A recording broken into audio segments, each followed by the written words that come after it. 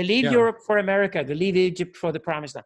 They leave, and that's where the Exodus, what I call exodology, is tied to the Savior and the Sociant and the Messiah. And that's the story we need today.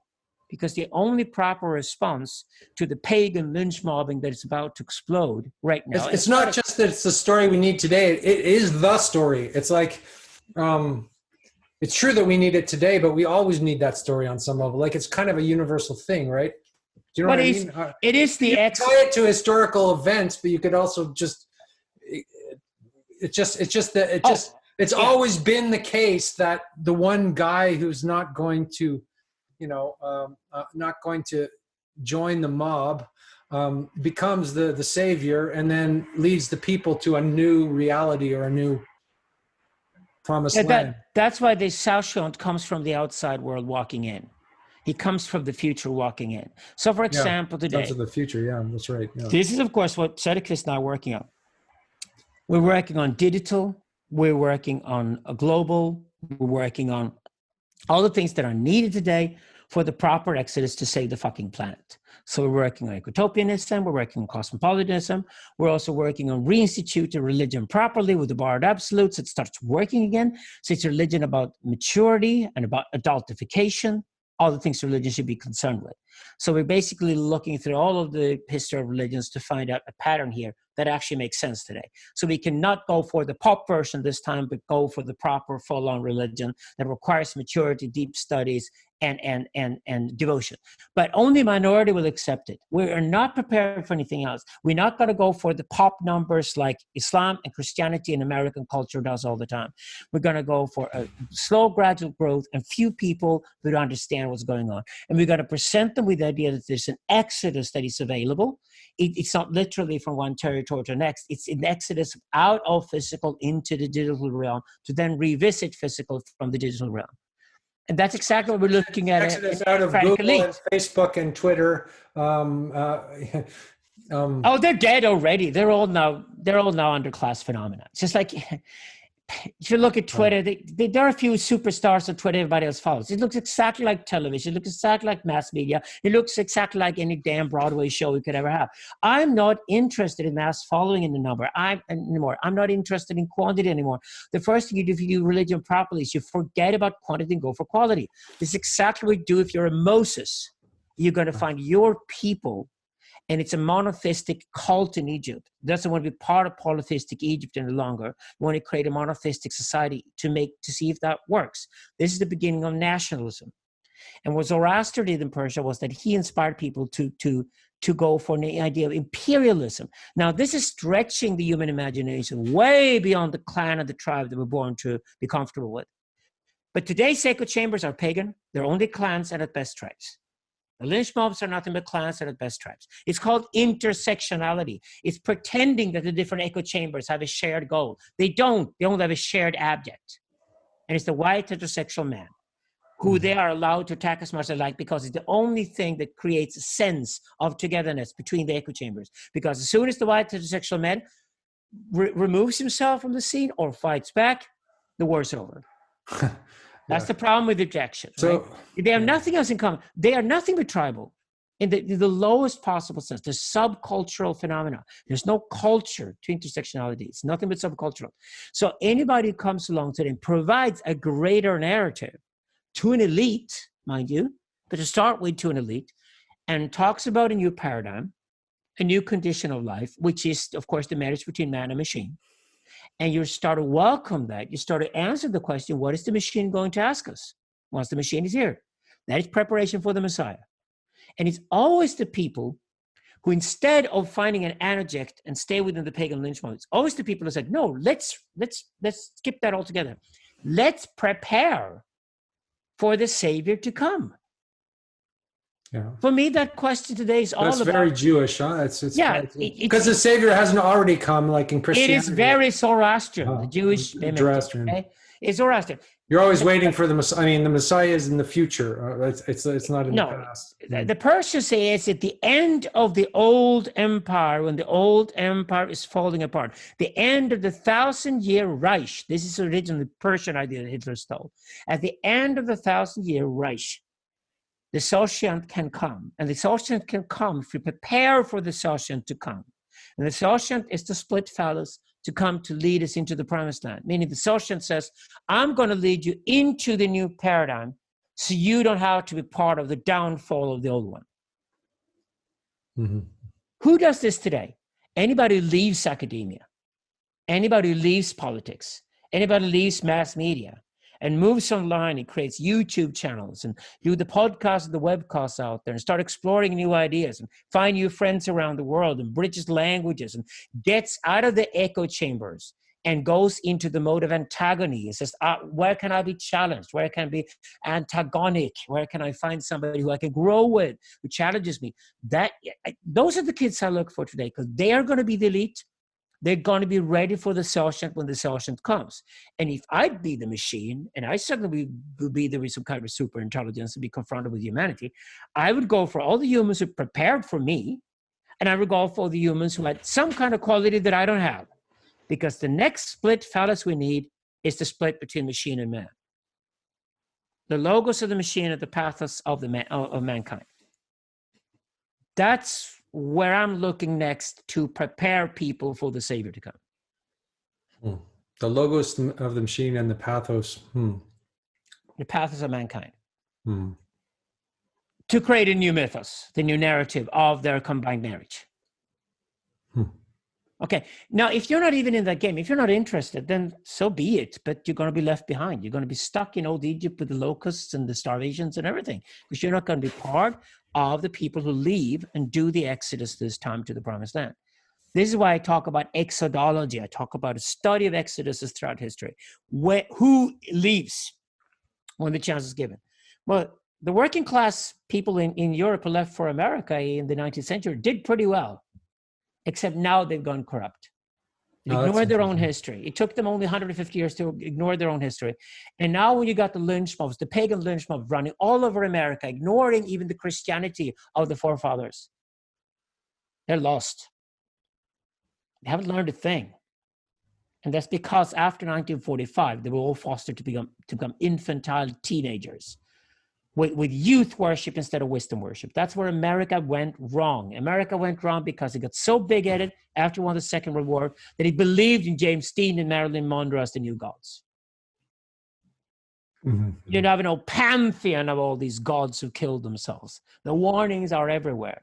And underneath that, the lynch mobs come out of colleges and academia in America today, and they're just furious, and they're full of themselves, and they're narcissistic, and all they want to go do is to go after some object out there to kill with eternal damnation. It's incredibly pagan. Yeah, but also, and then there's some figures that come like Martin Luther King or whatever who are not like that.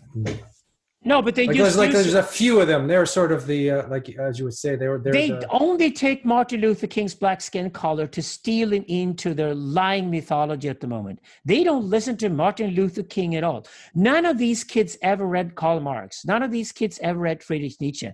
They don't understand things like Hegel and Heidegger at all. But they certainly haven't even read Martin Luther King. Have they even read Barack Obama? I doubt it. Because not even him. Not even Obama was celebrated victimhood.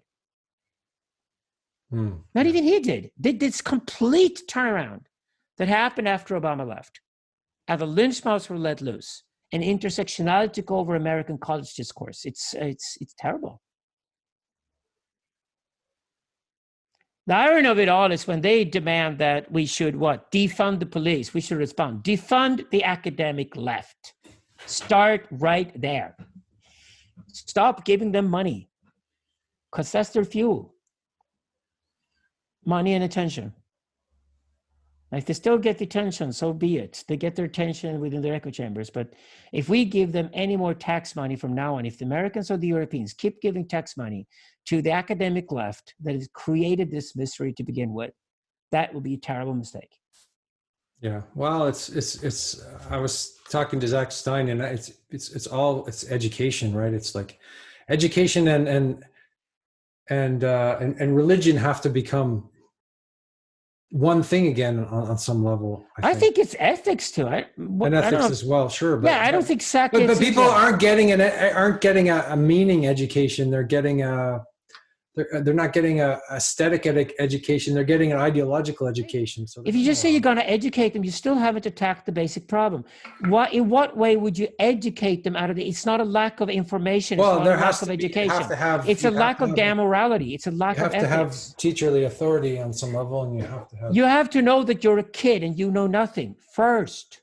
Yeah. Is it any damn culture I ever studied, any nomadology, any matriarch will go forward to the young man, smack him in the face, and say, without me, you're nothing.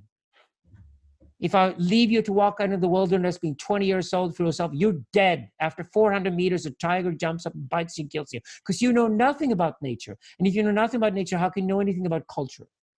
You're not natured, you're not cultured, you're not educated. But if you just got to provide more information or flatter the kids to know that they're great kids and they can stay kids forever, but just being educated more and more. I don't think these guys in America understand the severity of their crisis yet, because they still haven't gone deep down into history prior to the United States of America to understand where paganism comes from and how paganism and Christianity are different, and how removing Christianity from the agenda means automatically replacing it with paganism again, because there is no atheism. There never was. So you're being very pro-Christian today. It's Alexander. I'm Nietzschean. Yeah. You're saying America needs good old Christianity again. No. There's no way back. It just needs to understand that if you skip Christianity, you get paganism, and it's even worse. You can't go back. You can't be ironic Christian, because Christians were seriously Christian. You got to understand what is the point to the whole Christian story. And these days, it cannot be separated from the other stories. You cannot go back and start with the Jews or start with the Greeks. You got to go deeper. Freud started digging into the Egyptians. I followed Freud after the Egyptians into the Persians. Then I discovered you need to go to the Indians and the Chinese. You need to study all the narratives of the world today. You cannot go and claim any sort of grand narrative by being a Westerner only talking to Westerners, because Westerners have Asian and Indian and Persian neighbors. We're changed forever. Sure. There's no way back to Christianity as a world religion. Christianity must be understood as Eventology. And Eventology is one of the two religions that's possible. The other one is nomadology. No, we're all becoming India, because Hinduism is fundamentally nomadology and Brahmanism is fundamentally Eventology. You can also go into Buddhism. That's exactly how the separation within Buddhism within different schools. What the Tibetans and the Persians have, like the Indians, is that they have a separation of schools. There's one religion for the priest. That's like ultimate truth finding, whatever that is. No matter how hard the truth is, they can handle it. There's the military order, which is always the heroic, and the hero kills the dragon, and therefore he sets the humanity free, and therefore he gets to fuck, and then he becomes the hero. And then you got the matriarchal religion, which is the religion that the child and the woman is at the center of the universe, and everything returns to the same, because the mother will give birth to a daughter, and the daughter will then mimic the mother to give birth to the next daughter. And that chain of the matriarchy sets the tone for the nomadology. I will never, ever argue in nomadology. It's the ultimate truth. Even the universe operates that way. But I would say that's a possibility for an eventology based on that. And young men today will go and kill themselves and lose themselves to bipolarity and depression. Like Byung-Chul Han say, like I say, like Slavoj Žižek says, we all see depression pandemics, we all see bipolarity pandemics among young men coming, because they're stuck now with no phallus. So we need new chieftains, we need priests, we need a new narrative for the new chieftains and the new priests. We need new visions. And these visions are always catalyzed through engineers who build skyscrapers and merchants who trade and then build temples. Is the skyscraper the temple that have you brought back in again? What are we going to build? How are we going to build the future? Well, I've got projects for you. If you think of human engineering combined with artificial intelligence, we could finally solve the problem of nuclear fusion power. Wow, if we did. Okay, we need AI for that. We all know that. But if we did, that would be the first thing I asked AI to do. The next thing I asked AI to do is to translate every language to every other language so people can finally start communicating with one another. On the other hand, we'd also have crypto, which means you can lock in every action that we do forever. So we ethically are enforced to behave in an ethical manner from day one. It's cruel, but it's the only thing that will work. That's why crypto is so damn brilliant. And with that, you can also work on a cosmopolitanism, because if you can understand other cultures and get curious about them, they're no longer enemies and we can live in a shared world. Now, these impossible dreams are possible if you bring AI into the system, and if this is what we ask the machine to do. I sound like a Christian now, don't I? Eventological, that's the word, not Christian. So it's all about what we ask the machine to do. Yeah. The machine itself is the event to us, like Christ was on the cross. Like Zoroaster's understanding of Eventology was to the Zoroastrians. Like the Exodus out of Egypt was to the Jews. So the machine is to us. Yeah, the Islam too. It's most just Muhammad between Mecca and Medina. But it's always an occasion, as Whitehead says, an occasion at a certain point in time, that changes history forever, that sets the agenda for a certain eventological religion. So I'm defending eventology. Mm-hmm. We should go back to Whitehead versus Heidegger. I'm still flabbergasted about. I got more understanding of Heidegger, but maybe Thomas can do the Whitehead interpretation here. I got into Heidegger. I tried to read him a bit, but I'm much more at home in Whitehead. I have no idea why everybody, why Heidegger is so much more popular than Whitehead. It's quite puzzling. I can understand why he's more popular, because he's an individualist and he's like he's an existentialist, and he speaks to people directly on their own spiritual journeys. But I am a huge Whitehead fan. I think Whitehead is, after Hegel, then there's Whitehead. These are the giants. I would prefer if Whitehead was even more popular, but it's precisely by rereading Heidegger today, like Byung-Chul Han does the same thing. He's rereading Heidegger through Hegel, and I try to read him through Whitehead, and that's how I came up with this idea of not only the Zoroaster split phallus and relationalism being foundational, but Heidegger's hatred towards das Man and towards the inauthentic person who hides within the mass. And still claims power. That's kind of what's beautiful about Heidegger, actually, yeah. Yeah, so Heidegger takes the coward who stands in the center of the crowd and is completely inauthentic, has done nothing but mimicked, and is a big coward, and still picks up a rock to throw out the object.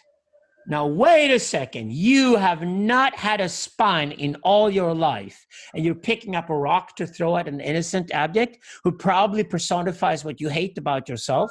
But by killing him, you can disguise the fact you hate this about yourself, so you can thrive on it still and stay within the mode of resentment. This is where Heidegger follows Nietzsche. And I find that interesting, because that inauthenticity Heidegger speaks of has to be added to Girard. Because Girard works with the social dynamics, and Heidegger works with the inner world of this cowardly creature. Yeah, I think even that is the mass. Girard said that Heidegger was the way to go next. He sort of said, "I've written up to this point, and then there's something next." Yeah, Elias Canetti is the bridge between the two. So if you read Canetti, and you read, and his total disregard for Hobbesian disregard for crowds and the power of crowds, and if you read that to understand the lynch mobs today, I mean, Heidegger becomes an asset when you read Canetti and then see Girard as an even more complex Canetti. That's the way I read Girard. He takes Canetti's thinking even further, understands dynamics even deeper by going also even deeper into history. And I mean, we read Canetti a lot. We've used him a lot, Sedekist and I. We certainly use Girard these days. And I'm kind of surprised that I can use Heidegger with Whitehead also to understand how power then breaks through in the system. How the tyrant steps forward, and how the tyrant has nothing to do with the Messiah figure. And I'm so relieved in seeing them as total opposites in every way possible. What do you think of... Thomas, what do you think of Alexander's idea about the machine and being the event of our time? What do you think of that? All that? Yeah. You're a machine intelligence expert, right? You're. Yes, I do. I do stuff with AI and probabilistic programming, stuff like that. Yeah, I mean, it's a bit like, I mean, if you look at, like, for example, the Christian religion, right? There's some kind of huge event that happened, right? So this this whole story of Christ and then the revelation of the victimage mechanism, and that had an enormous effect on the course of history. Tom Holland wrote a really great book about that, very recent, called Dominion.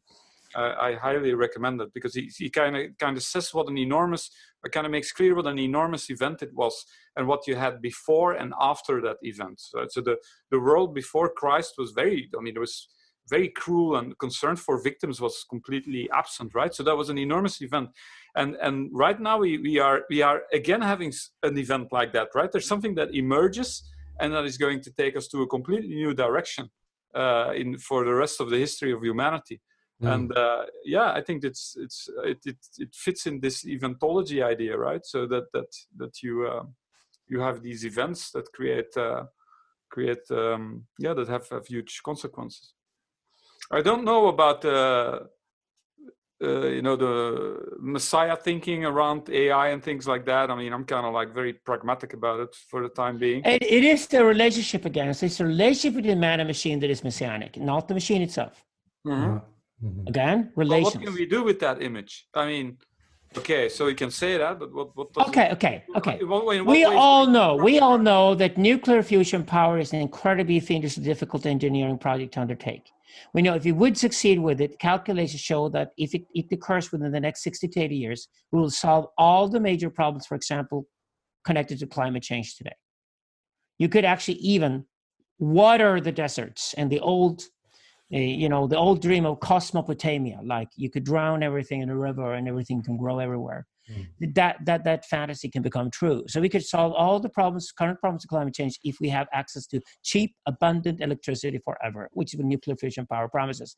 But the complexity of the engineering not only is incredibly expensive to build, and it's going to take a long time to achieve. It requires God to do that. AI could speed up that process easily with decades, at least. And any engineer would agree to that. So that's a perfect example of what AI could do, because it's all about saving time. And that's what saviors do. They save us time. They take us into the future now. And the jump into the future is the jump into the promised land, so that the problems we're stuck with here are gone and we can survive. That's fundamental too. So man versus machine. But about how we construct the object, there's one word we're missing here, and that's martyr. How do you pronounce that in American English? Canadian? Martyr? Martyr, yeah. We actually, what was like the last self-sacrifice or martyr? George Floyd was turned into a martyr, right? Yes. He's not a scapegoat, he's a martyr. He's a martyr. And that's interesting, because the martyrs is what lynch mobs thrive on. Because lynch mobs pretend that they're leaderless. Again, they pretend the Anoject does not exist, because there's nobody there. It's just a shared idea that they thrive on, right? So that's the Anoject. Because the Anoject is there, all that happens is that they then become completely dependent on the martyrs. Because they cannot have a sign of a leader when they walk forward and say, this is our leader, we follow him or her. No, instead, they take the martyrs and put them on the placards, and then they got to demonstrate and have the martyrs everywhere, and they want to have George Floyd statues and George Floyd birthdays, and George Floyd must go into the calendar, and all the heroes have to be removed to be replaced by the martyr. And that's why the martyr is something we should explore further before we take our next study. And the difference between the martyr and maybe the saint, right? Exactly, because the martyr will be tied to the Anoject of the tyrant in that sense. Whereas the saint would be tied to the savior and the lesser gods. Because with the saints, most of the Christian saints are supposed to be martyrs of some, or many of them are martyrs of some kind. Well, it's problematic with words. You always discover the problems. But the martyrs of Christianity are martyrs prior to becoming saints. Then they become saints, and when they're saints, they're acknowledged as lesser gods, and you can pray to them. And the beauty of Catholicism is that it has the lesser gods. Therefore, just like Zoroastrianism, it has a polytheistic, bottoms-up religion called iconology at the bottom, which is not martyrdom, sainthood. A sainthood. So you got the saints, lesser gods. Then you've got the superior gods, but they're only for the priest and possibly for the military. And the superior gods are vague and abstract, and they're really pointing towards the one God. So monotheism is top-down, elitist, only for the elite. And of course, the monotheism should be locked up behind the barred absolute, and people should gladly have enjoyed all the lesser gods in their iconology. That is what India did, and that's the ideal religion. If you want a religion that survives for 5,000 years and has another 5,000 years coming, that would be Hinduism. And that's exactly how Hinduism operates. Zoroastrianism did the same thing, except it prioritized monotheism as elite religion so people could aspire. That's precisely because they created an Eventology so people could aspire to a better world, which India never did. This is the shift between Iran and India. But Zoroaster was wise enough to allow the folk religion to prosper. That's exactly why the Zoroastrians invented universal human rights, because you could have any religion you like, as long as it's on the iconological level. You expect women and children to worship astrology, no problem, right? But you expect the boys to worship conspiracies, no problem. You can have that. As long as the leadership, the chieftain and the priest, operate within the realm of the one God. And the one God is the phallus that split. Only dictators want to unify the phallus, and that's when they fail. But martyrs, yeah, that's next. That's next. I think that the history of heresies is also very interesting. Yeah. So I mean, you can kind of see like we have like 2,000 years of Christianity, right? And so there's all these discussions about people think, oh, these are very arcane issues and they're very not related to any real world issues, but it's not correct actually. I mean, you can see that these heresies, even though they look kind of silly, why are they arguing about this arcane aspect of religion? But it had real effects in real life, right? So you could actually see like there's something growing here that will go in a direction that we don't want. So there are all these. So for example, there was this. I think Pelagius. So there was a guy who. So at some point the Christians were forced to hand in their Bibles by some Roman emperor, right? And then there was this sect that said like every Christian who did that is going to hell. So those people are not true Christians. And then there was another group of Christians who said, no, we should forgive them. And it's the last group that won. So, and you have a lot of these discussions going on in the history of Christianity. It's very interesting to see how the modern day Christianity is basically the result of this 2,000-year conversation, right? And a lot of things that we think are, oh, this is absolutely essential to Christianity. No, this is something that was made up by some guy in the 11th century, and that then spread. So the first 1,000 years, this was totally not on the table. So this is very interesting. So actually looking at your religion as a process, which it is, right? That tells you a lot. I think that also keeps it sane, right? You can kind of see that there's no absolute truth here. Word of God. That's a very good point. Yeah, it's actually something that constantly evolves, and that's why I am very. I mean, Christianity. I find it super interesting to study it and also do certain Christian practices and read the Bible and stuff like that. I mean, you learn a lot from it, and it's also basically. I think the trick is to get. But many of the great Christians, like Meister Eckhart, were considered heretics too. I mean, also. Oh yeah, hey Spinoza. I love Meister Eckhart. Like I could read him for days. It's just so beautiful. But he was a heretic, and so was. Most of the great medieval saints were sort of heretics, weren't they? Many of the great. Well, any free thinker was also a heretic. A heretic is just having a different opinion than popular opinion. It's like, okay, if popular opinion is the Anoject, which it is, then anybody who poses the Anoject, the Anoject is banal or vulgar, is a heretic. So heresy is just another name for plurality. Yeah, but they had censors, and they would go through all of. Oh, of course, Eckhart's. So do we today. Underline things, and Okay, what the fuck is deplatforming? Deplatforming is going after the heretics. It's the same fucking shit all over again. It's the people who are totally intolerant and won't allow the different opinion. They expose their weakness by going after you. So anybody who kills heretics is exposing a weakness. Now, there are instances in history where maybe killing a few of them, like killing a Nazi or something, is at least excusable, or killing an Islamic State warrior is excusable. The Zoroastrians thought so in the Sassanid Empire, because they found the Gnostics to be incredibly problematic. When Gnosticism moved out of being something killer saints practiced in the woods, it became mass movements.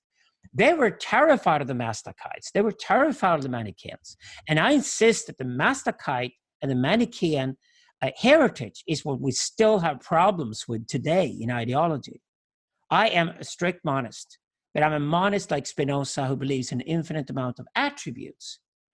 Now, and I'm practicing transcendent emergentism now as transcendental emergentism as fundamental philosophy, which you can build paradigm theories and things like that too, that I do in my philosophy. Now, that is the whole richness of what I try to do with Sutric, but it's going to make sense and it's all tied together, right?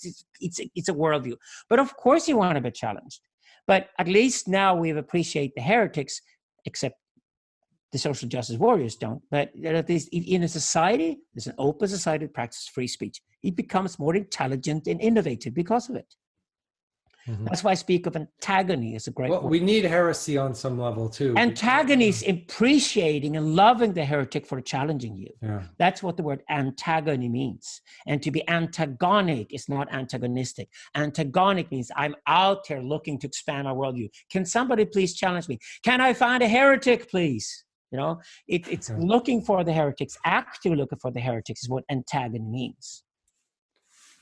And it's a better word than democracy because it's an ethical commitment to the different. It's Derrida and Levinas. It's not democracy. Democracy is just a power play. It's probably over and done with. We need something much more deeper, substantial, to appreciate the different opinion, to appreciate the richness of variety, which is required for innovation. The Chinese Communist Party cannot be innovative. It can't. It can only mimic and mimic and mimic.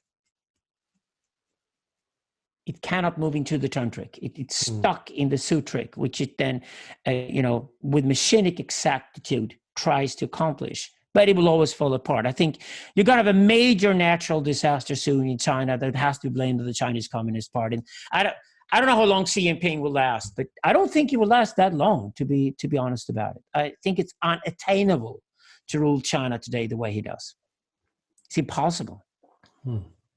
So Antagony, you're describing that as a political system? I'm trying to understand what you mean. Antagony is an ethical principle, Zoroastrian principle, but it's a Greek word, antagonia. Antagony means I am looking for those who challenge me.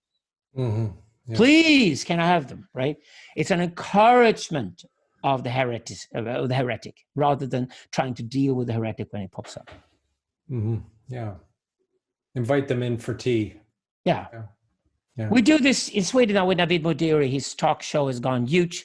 He and I sat down after all the brouhaha concerning me and Black Lives Matter. He and I just sat down, had a 2-hour conversation, and we have over 500,000 views on YouTube. Swedes only, 10 million people. That means 1 out of 20 Swedes at least has watched the entire 2-hour episode when I explained to Navid direct questions on why I acted the way I did during the Black Lives Matter brouhaha. And people get it. They get it. That's the power of YouTube right now. That's antagony. I'm saying, you're listening to me. Okay, here I present my case. Yeah. Like Socrates would have. And I gladly participate in discussions. And of course, after I've done that, we have these Islamic guys in Sweden who call me and say, you're great, man. And you like heroes and you don't like victims. Well, we don't either. We don't want to be part of this victim worship thing. So why don't we do a podcast in September? And I said, yeah, sure, I'm going to do that. I'll gladly sit down with these guys of all kinds of ethnic backgrounds and skin colors or whatever and talk to them. And I would love to listen to their stories because I'm an antagonic. I love to hear the story of the other. Mm-hmm. This is Derrida's ethics. And I think that's what should be practiced today. Not some kind of infinite love of the stranger. That's a kind of infinite love of the stranger. No, just a natural curiosity that your neighbor is different from you. Wow, tell me, what's that like? That's enough. That's real. This infinite love of strangers thing that, Critchley tried to do after Derrida is just, no, I don't believe in those kind of ethical imperatives. That's exactly where the bourgeois hypocrisy starts. It becomes virtue signaling. It sounds great. And it sounds, unfathomable. And any poor person would say that's impossible to begin with. Anything that rich people try to do, the poor people can't do, is to begin with bullshit. Ethical principles can be lived by anybody.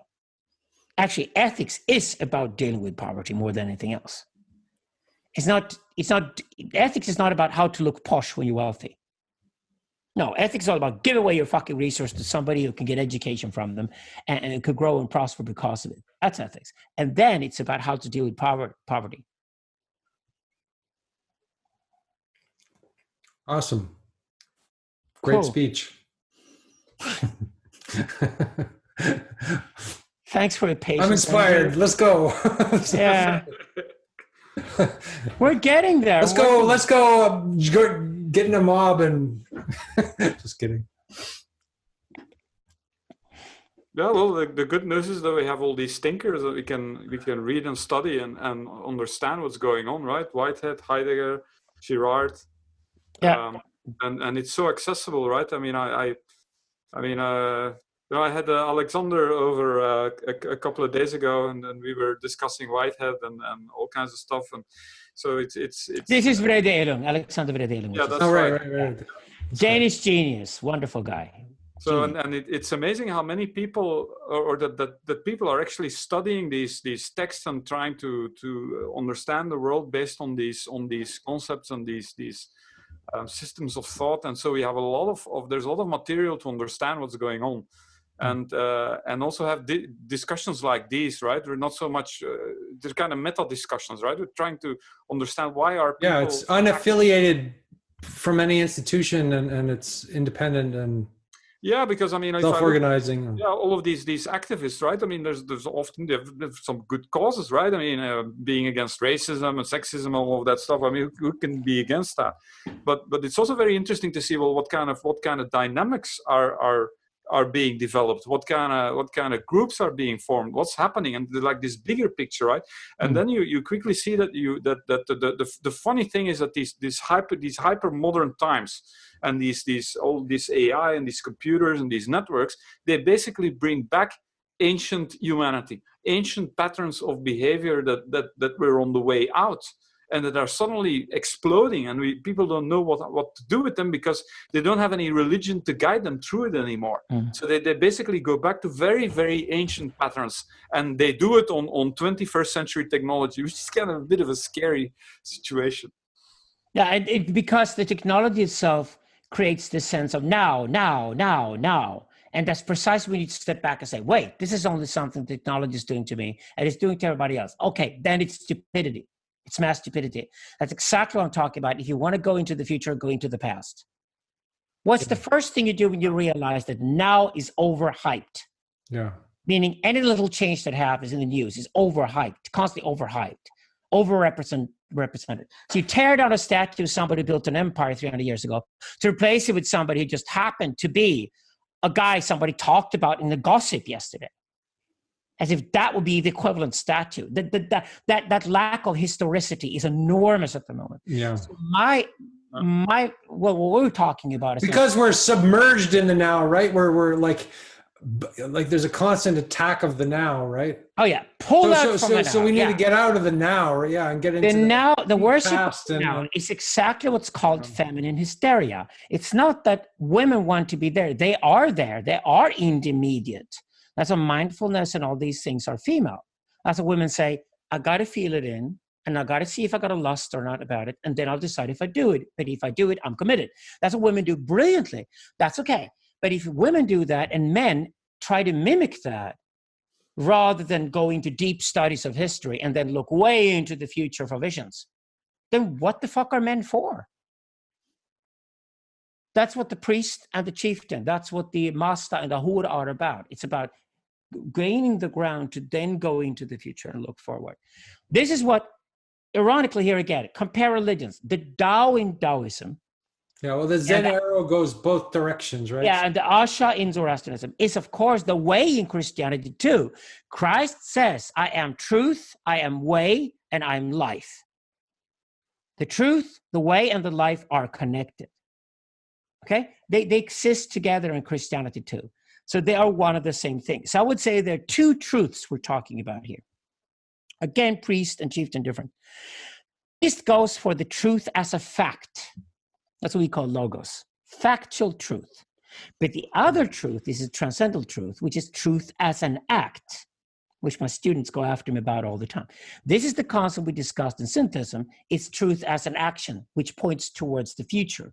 And of course, when I act with truth as a fact, For example, when I go to the court of law, which is a very priestly thing, when I look into theological, philosophical matter, when I look into scientific matter, I look all into the past. I look all for the facts, because facts are all about the past.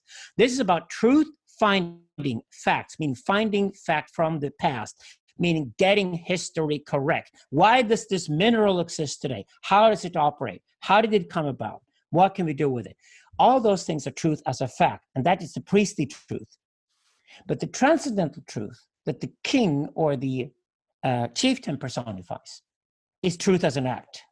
And that is, I don't have perfect knowledge about everything, but at least I know where I'm going, and I'm going to the right place, and I've got the direction set, and I therefore make the best possible strategy I could make with the resources I have access to then make the impossible possible. This is why Christianity speaks about the truth and the way and life. And this in Zoroastrianism is repeated as Asha and Asha Vahishta, where Asha is just truth as things are. Asha literally means how things work.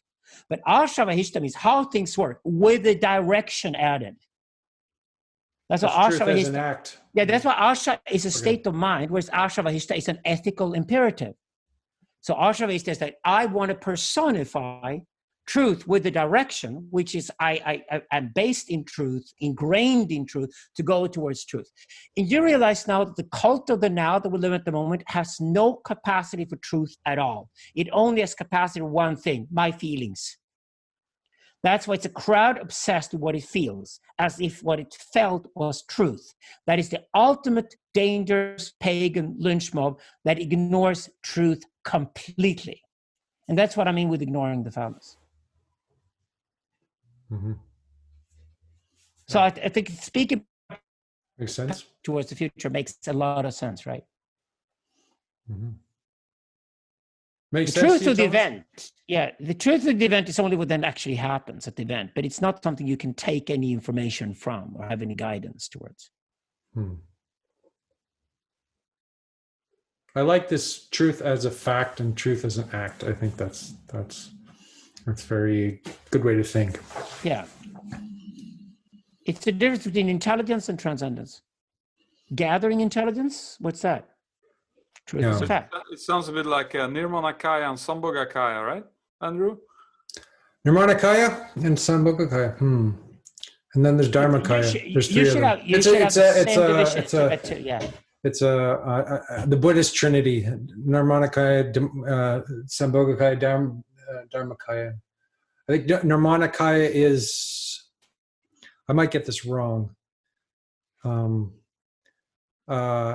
There's like one is they're called the three bodies of the Buddha, and so one is the appearance of the Buddha, like the Buddha, and the other is the subtle, it's the subtle aspect. It's like pure thought, and then there's the third, which is the non-dual, which is beyond the causal on some level, but.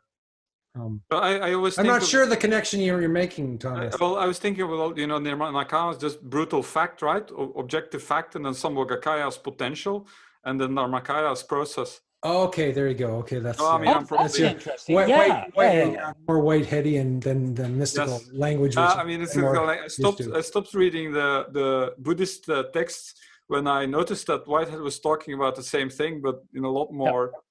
Accessible way to me, and also very very systematic and including science and stuff like that. So, but there's actually a guy who wrote a book about the connection between Whitehead and Buddhism, an Australian guy. It's a very interesting book. Yeah. That's interesting. Do you remember the title? Yeah, I have it here. It's a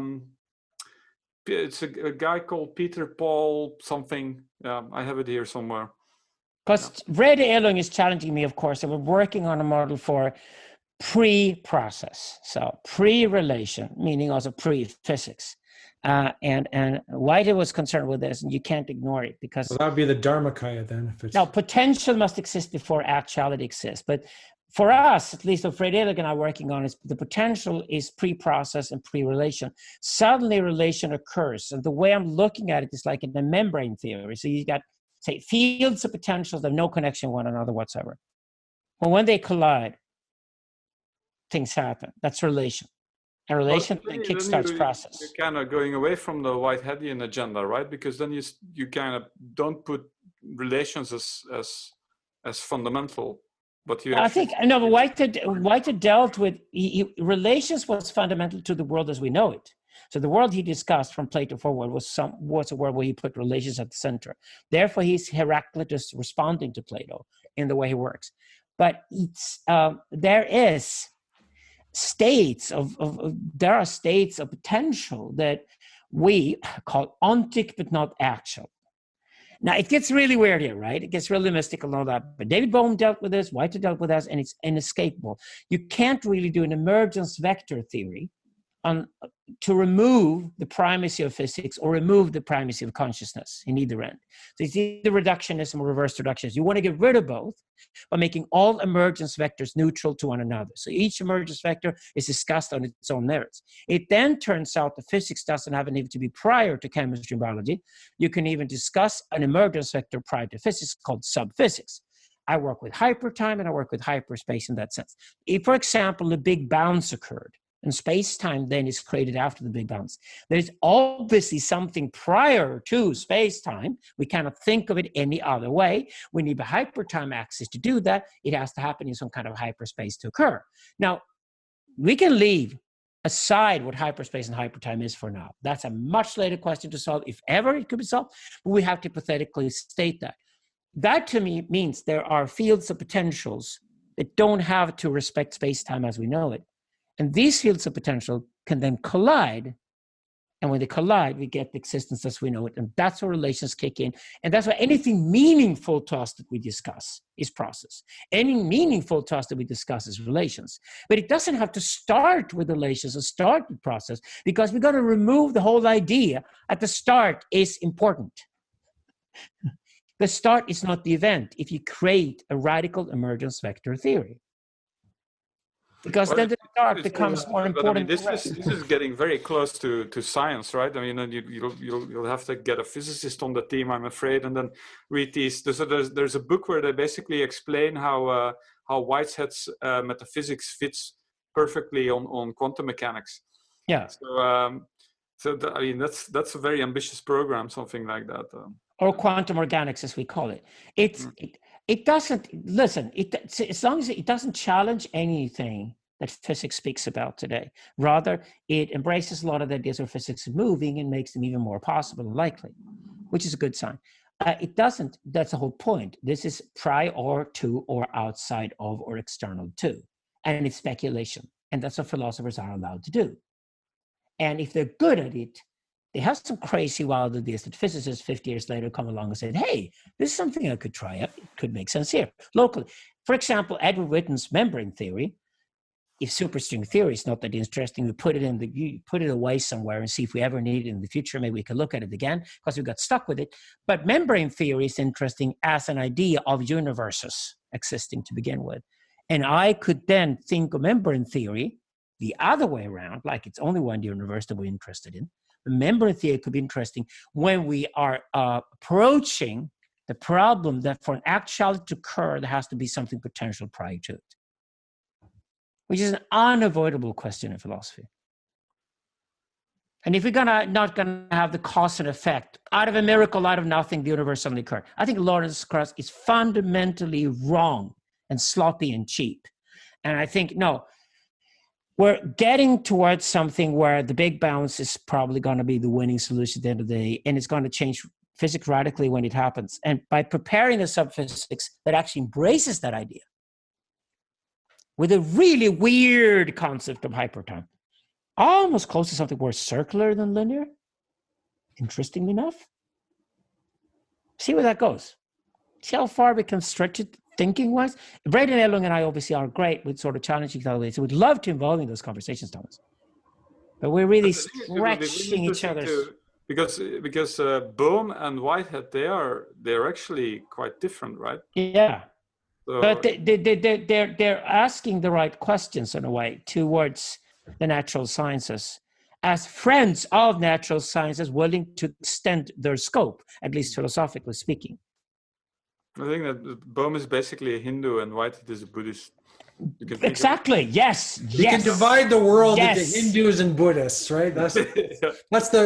It's like the big division, right? The Hindus are all sort of lovey-dovey, and the Buddhists are like... Well, to you guys, okay, so the origin of Eventology is, of course, to try to get off the wheel of the eternal recurrence of the same to begin with. So Buddha's first attempt there is just, can I just get off? Whereas Zoroaster instead says, why get off? Why not use it? Why not create an event? Well, that's Tantra as well. I mean, that's in Tantra you get as well. Vajrayana has that. It's not getting off the wheel. It's a very low. Exactly. That's what I'm saying. You can't even speak of Zoroastrianism, Buddhism, separate religions in that sense. They're different schools of thought in one and each. Mm-hmm. And the ultimate extreme is, of course, to take the most phallic of all religions, Zoroastrianism, and put it opposed to Jainism. And Peter here, he's really interested around here. He's really interested in Jainism at the moment. Yes. His father is sort of fatherly rebellion against me, I guess, to get into Jainism and see what he can find. But it's interesting. He's a character that actually would make a really good Jainist monk, to be honest about it. It fits his personality perfectly. And he could walk around naked. Well, if the big bounce turns out to be true, that Jainism wins the war of the religions, we have to go back and study it properly, because obviously we have aeons of time and aeons of universes and hypertimes and whatever that we have to deal with once we're there. And it's looking increasingly likely we're going to end up with that story. So we'll see. We'll see where that narrative is going to take us. It's not surprising to women anyway, because to women, the eternal recurrence of the same is just the way things are. It's just men that can't live with that idea. It's torture to think that everything will return to the same always, without exception. That's a Groundhog Day is a masculine film that women don't understand. That's sexist, Alexander. You're gonna be slaughtered for that. I envy women for that capacity. What? To not understand life would be so much more relaxing. It was you don't have Nietzsche. Testosterone just driving you forward. It was Nietzsche's ultimate question. It was just like the eternal recurrence of the same is the greatest study ever had, and I hate it. So he knew that, and of course, Deleuze is the guy who breaks out of that and understands it as an reversed Buddhism, which is what Deleuzianism is. It's just like the occasion of the reoccurrence of the same has a slight abbreviation. This is a slight difference. That difference is the difference of its difference in repetition book.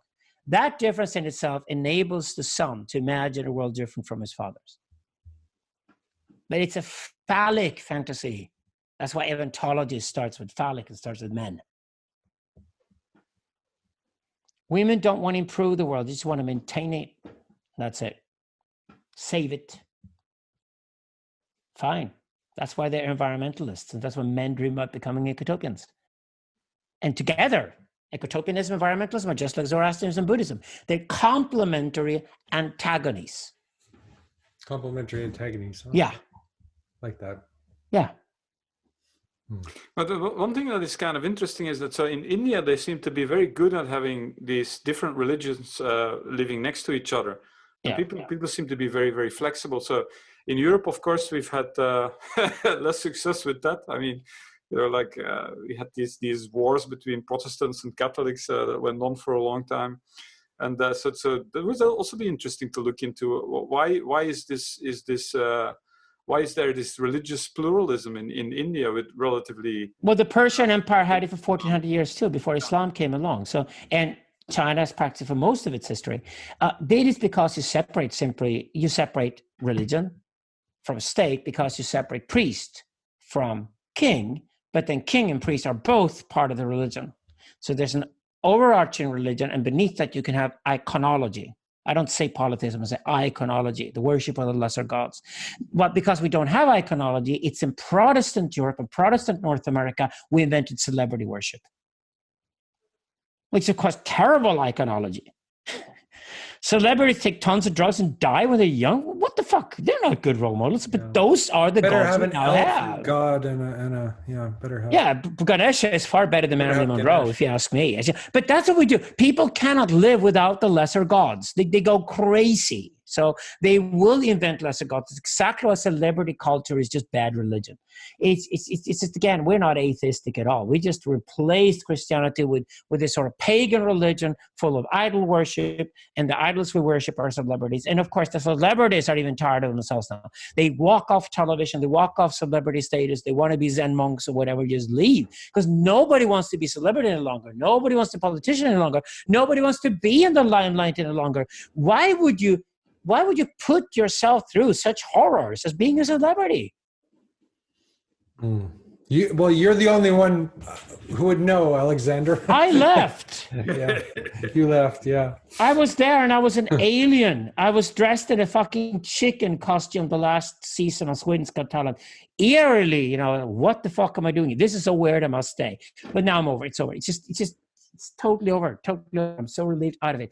And I love the online world because you can go into smaller audience. You can go into people who really are interested in what you do. That's a much more natural way of communicating to people than just sending mass television with crappy commercials, sending ice cream in huge packages to fat kids. It's just like terrible, right? No, I much prefer the online world where you sort of specialize and people just go away and go somewhere else if they don't find you interesting. I find that democratization of media incredible. And it's much more similar to having monasteries where you can go and study, so you immerse yourself in, this is what I really want to study, and this is the teacher I really want to have, and if I can have a teacher, I'm going to immerse myself in it, stay there for years to study it. Rather than just surf around across everything and say the same stupid things that everybody else says, because it's precisely the surfing and the quoting of the same quotes from the same celebrities that creates the current lynch mob culture. It's only togetherness on the surface. There's nothing deep to it. There's nothing profound to it at all. It's easy to join and it's strictly emotional and demands nothing of you except that you must stay with the group. Yeah. Yeah, this celebrities, even the good ones, kind of they fade away and they become specters and ghosts of, yeah. Jordan Peterson. I'm surprised that didn't happen to you, Alexander. You're still here with your high octane. But really, I knew all along I was a guest in that world. I was there to possibly subvert it and study it to then leave, because I knew when I started doing pop culture, the pop culture was going to be incredibly important. The internet came along and knew, it's going to be important for the first 30 years. After that, it will count for nothing. The rock star is dead and over, and nobody's missing the rock star. Why? Who needs rock stars? Because musicians today make a beautiful. They're singing Imagine on Instagram. Forgot. Sonic wallpaper is what music should have been all along, and now it finally is sonic wallpaper, like Brian Eno said. In you're a Brian Eno guy, yeah. Yeah, because that's what it should have been all along. The rock star is just a crappy lesser god. And most of them killed themselves. So it's just, no, I'm glad that's over. It wasn't a very healthy thing at all. And iconology is what people create, whether it's there or not. So it must be respected as folk religion and with all the force that goes with it. And the mystery religion. Well, I was trying to think about this because when you were talking about, as if it was a lesser thing, but. It is lesser. In one sense, it's lesser, but it's also powerful. It's It's not just bullshit. It's not lesser. Lesser means it's closer to you because you're human. Yeah. A lesser God is a God who's closer to you as a human. So you can relate. It might be not real in an ultimate sense, but it's real in the sense that it's somebody you can mimic. It's somebody. It's sutra. It's somebody you can mimic. You can't mimic an abstract, almighty universal God. You cannot mimic Spinoza's God. The problem with Spinoza is monism is completely monotheistic with no room for an iconology. That's why Spinozism was never a religion. That's why I'm also saying that syntheism, as we wrote it, will not be practiced as a religion because you're basically building the Hegelian version of the Spinozist religion. But that's where we have to start to do metaphysics and philosophy properly to create the religion of the elite. We write in the system book, this is not a handbook for a world religion. No, this is philosophy, this is metaphysics. And that's Spinoza. That's why Spinozism never became a religion at all. You can't have a church of Spinoza Because the only gods people can relate to are gods they can mimic. The vast majority of people just want a god they can relate to, like an old grandmother who died, or possibly somebody ahead of you who's not here yet. Or somebody from the future, somebody from the past you worship, and it's a lesser god. That's what's called lesser god. Lesser god is a beautiful term for somebody you can relate to. The higher gods you cannot relate to. That's the problem with monotheistic religion, is that Catholicism, at least through the saints in there, and I don't know a single all the Catholics go worship the saints. They have their own saint of their own archetype, or the city where they live, who they go worship and talk to, and then the saint must talk to God in that order.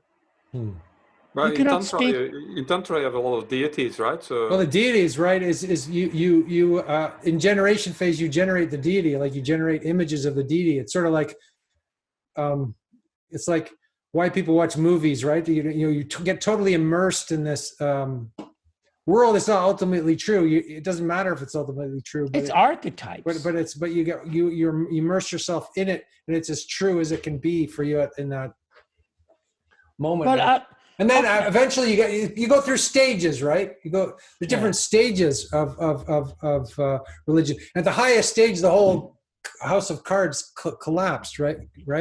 It's like in Zen when they say that, you kill the Buddha or whatever. That's like the final stage. But then there's all these, what they call in Buddhism, skillful means. There's all kinds of skillful means, all kinds of experimental projects that you work through for various reasons, and that leads to various results. And because religion is about your personal journey through life. That's what religion ultimately is. It's not about God. The ultimate God is always Spinoza's universe, or the Zurvan of the Zurvanites in Zoroastrianism, or the Brahman. So it's the breath of the universe and time passing as process. There's nothing beneath that. But that's a God that doesn't care about us. But that's God. So that kind of abstract God, Hegel's abstract concept. Yeah. Sure. And Hegel says it's just an abstract concept. It cannot be understood any other way by humanity. But if you want a God, that's the God. That's why atheism is just the silliest idea ever. Why not believe in something you don't even understand? Why spend time not believing something you haven't even taken the time to understand? That's essentially what atheism is. Yeah. So the question is just where you place God, and what kind of God on what level is important to you. And as soon as you have a master you follow in any way, that's a God. Sure. Yeah. The parent is the lesser God to the child. So the parent can then go off and pray to a saint in the church. So the parent can have a lesser God to follow. And the lesser God is a protective saint. Why? Because the protective saint is the ultimate archetype of the archetype you belong to, where you, for example, your profession and the kind of man or the kind of woman you are, where that belongs. So you go into your mode of being. You have somebody you can follow and mimic. And we want to mimic, and if we can mimic all the way to where we want to get, that's fine. The only problem is that there's a point where mimicking no longer pays off, and that's in moving to the realm of novelty, the realm of innovation. The realm of the completely new, the event. Yeah. And that's why Eventology is interested in novelty. And novelty cannot happen through mimicking. It can happen if you mimic and make a mistake and suddenly you realize you made it differently than what you try to mimic. So it doesn't have to be on purpose. It doesn't have to be, you have to be conscious. But the fact that you do something in a way that nobody's ever done it before, you come up with a word that nobody ever thought of. You had an idea nobody ever thought before. That's novelty. The only way to do it is to stop mimicking and start thinking freely. And that's where crazy wisdom comes in. And it means, maybe it means a bit of heresy here. You have to kind of. Yeah. We talked about heresy earlier. Coming back to that. Like the crazy. A bit of icon, smashing icons or. Well, the crazy wisdom teachers obviously destroys the opportunity to mimic. So that's the ultimate form of anti-mimicking, as we talked about before. That's why the crazy wisdom teaching is wonderful, and it's behind the bar absolute necessary. That's why it's a shocking and challenging place to be in. But you're right.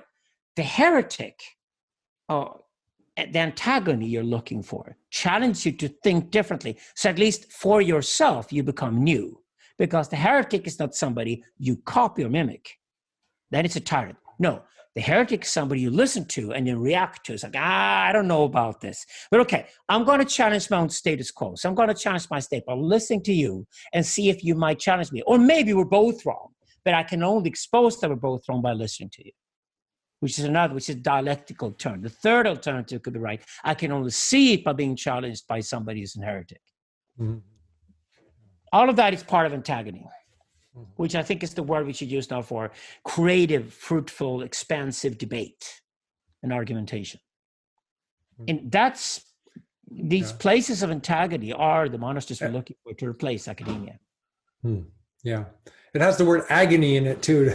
It's an agonizing process. It's an antagony. It's antagony. It's antagony. So it's like antagony. All right. Yeah. Antagonic. Thank you for an antagonic conversation, brother. Yeah, awesome. Yeah. Well, Thomas, do you have any last reflections or things to say? Because you're. Yeah, we touched upon a lot of ideas. Again, that's like more than 2 hours. I might have to divide this one out. I think that there's also a theme of integration, right? There's all these thinkers that have not really been brought into contact with each other. You know, we haven't, for example, there's Nietzsche, there's Girard, there's Whitehead. And so I think there's a lot of work ahead to take the most valuable ideas and kind of apply them in the right way. Because Nietzsche is, so I think that Girard's critique of Nietzsche, for example, is very spot on. I think I think there are definitely some blind spots in Nietzsche that Girard exposed. But on the other hand, Nietzsche understands something that Girard doesn't understand, because Nietzsche can work with the Dionysian, which Girard purely sees as a problem, which it isn't, because that's what you basically learn in Tantra, right? This Dionysian is actually also very, very valuable. So I think that these conversations are very interesting because they're basically also just engaging with a lot of different thinkers that have not been put into contact with each other, or at least not to the extent that we need them. I agree completely. Mm-hmm. That's why I call myself Hegelian in the sense that I built from Hegel because he was the last major thinker of systems, and I would have a system at the end of the day. So, but all these guys we talk about are the sons of Hegel to me. And I think what I'm adamant about is that the break between Kant and Hegel is the real revolution we're still dealing with. We've only begun to understand that revolution. And that's on a par. I think I'm going to argue in the book that Zoroaster's invention of Eventology and the shift between Kant and Hegel are, to me, philosophically speaking, the two most dramatic things that have happened in the history of thinking as I know it. And maybe we caught up with Eventology and finally began to understand it fully with the shift from Kant to Hegel. But it's that's where I'm at. Say the shift from Christianity to post-Christianity, not back to Christianity, but to post-Christianity. It's also, again, Kant to Hegel. Well, it will be interesting where Christianity goes from, because Christianity has been evolving for 2,000 years, right? Yeah. I mean, there is no such thing as Christianity. I mean, if Christianity wants to survive, and I think it wants that, then it will have to deal with the modern society and become relevant, or become relevant again. Yeah, and I would then suggest she become relevant by being ahead of the time instead of trying to catch up. Yeah, I totally agree. It's since 1960, Mark Stallman is right about this, but since 1961, when they threw Latin out and took in local language, it's just been imitating bad Protestantism. And again, it's Protestantism that has celebrity worship. Catholicism has kept the saints. That's exactly what Catholic cultures do not have the celebrity problem the way we have it in America and Europe. That's why they will have to have the same lynch mobs that we do. Yeah. Catholicism is to a certain extent immune to that simply because they have already structure in place that's very stable over time, and they can always return to it. I think the Catholic Church is also an amazing institution when it comes to power and scope that should not be underplayed here, because when you go into periods of chaos, big institutions that are stuck and have resources and can weather things survive. And Protestantism has none of those places because it lacks a center, and because it's completely decentralized and essentially a bunch of cults with sort of strong leaders that are no longer strong or even respected. I think Protestantism will go way before Catholicism goes. Well, a lot of people are moving back to the Orthodox. Which, That's true. Which I find interesting because I find the Orthodox to be more into symbolism, which is closer to Vajrayana. Yeah, it's closer to Judaism for sure. For And example, Judaism it's, as it's well, yeah, and closer to Zoroastrianism too. It is historically. So yeah, I'm not surprised that people are going into deep history. Men are going to the root of the phallus, which means where is my lineage? Where do I come from? And go deeper and deeper and deeper into that. That's exactly why the only thing I've got with Girard is to go even deeper than Girard did. And that means going into Egypt and Persia, a division he doesn't discuss. He starts with Christianity. And that he does fine. But No. We've had this discussion a few times. About absolute beginning. So he has a theory of language that is also that also depends and builds on the victimage mechanism. So Girard definitely looks at absolute beginning. Yeah, but he jumps from there straight onto Christianity, and even Freud does not discuss the Persian heritage. So when Freud sits in Moses and monotheism and talks about monotheism, it's like, yeah, Moses was the leader of an Egyptian cult, but it's not like the Egyptians invented monotheism. They mimicked it and did a bad version of it. The original version was Persian, and we all know that by now, but Freud didn't in 1938. So even now, only like 50 years later, we know much more than these guys did. And the problem with Girard is that he then later discusses with the development prior to that. So there's like a big jump in Girard that's lacking. That's what I've been criticizing. He did write a book about Brahmanism, so that's on my to-read list. Great. Let's look into that together. That could be really interesting. Yeah, that could fill the gap. Maybe it was there all along. Like people read Freud and they don't read Totem and Taboo, and they don't read Moses and Monotheism. Without those two books, you don't see the full Freud. It's impossible. Let's dig into that. All right. And the damn martyrs. They're problematic. What do we do with them? So, martyrs, and what's next? What's next, Alexander, before we leave?